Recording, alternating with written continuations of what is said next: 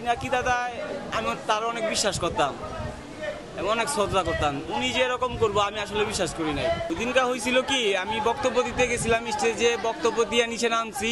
নামার পরে আমার আরেকটা জুলাই যোদ্ধা ভাই, আমার বন্ধু মনির, ওই পার্থ ভাইয়ের সাথে ছবি উঠাইবো। তোর পায়ে আবার ইলিজার অফ নাই, উয়ে আগে হাইটটা ঠিক আছে, পার্থ ভাই সামনে গেছে। তো পার্থ ভাইয়ের সাথে যে সঙ্গে উয়ে ছবি উঠাইতেছে, আমি ওই টাইমে যে মির্জা ফকুল কাকা, তারপরে রিজবি ভাই ওনাদের সামনে আমি খাড়াইছিলাম যে আপনার ছবি উঠেতেছে, আপনার ক্যামেরা দিয়ে ছবি উঠেতেছে, আমি যদি সামনে দিয়ে যাই তাহলে তো আপনার ছবিটা উঠানো হইব না।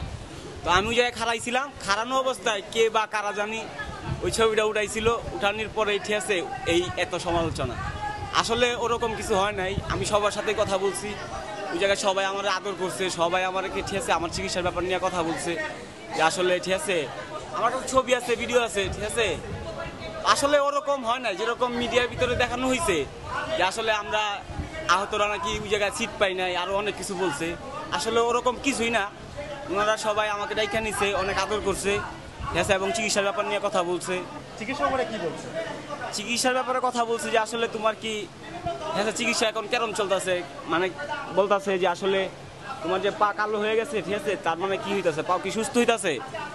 আমি বললাম যে ঠিক আছে আমার তো 6 ইঞ্চি হাড় নাই, আমার অনেকটা দিন সময় লাগবে ট্রিটমেন্টে ঠিক আছে। পরে বলতেছে তোমার কি বিদেশে রেফার করছে? আমি কই যে হ্যাঁ, এই যে ঈদের সংখ্যা ইশাক ভাই আসছিল কুরবানি ঈদে, ইশাক ভাই আসার পরে ইশাক ভাই ডিরেক্টরের সাথে কথা বলছিল, কথা বলার পরে ঠিক আছে ডিরেক্টরে আমার নাম এবং আরও 20টা আহত ভাইয়ের নাম ঠিক আছে উন্নত ট্রিটমেন্টের জন্য মন্ত্রণালয়ে পাঠায়।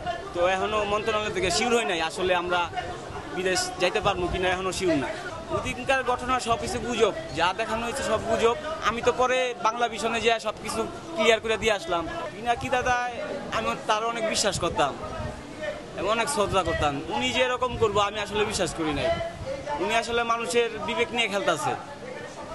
আমরা তো ওনারে ঠেসে ফলো দেওয়া, উনি যখন রাত্রে 2টার দিকে পোস্টটা করে ওইটা আমি পাই, পাওয়ার পরে থেকেই ঠিক আছে অনেক ধরনের অনেক ধরনের মন্তব্য করে, অনেক ধরনের বাজে কথা বলে, যে আসলে এগুলো সব ছিল গুজব ঠিক আছে। গুজবে কেউ কান দিয়েন না।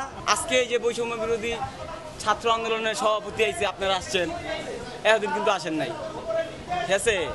তার মানে আপনারা এখনো মানে স্বাধীনতা মনে হয় আপনাদের ভিতরে এখনো হয় নাই, আসে নাই ঠিক আছে। এতগুলা প্রাণ যায়, এতগুলা মানুষ পঙ্গুত্ব বরণ কইরা আপনাদের এখনো স্বাধীন করতে পারে না।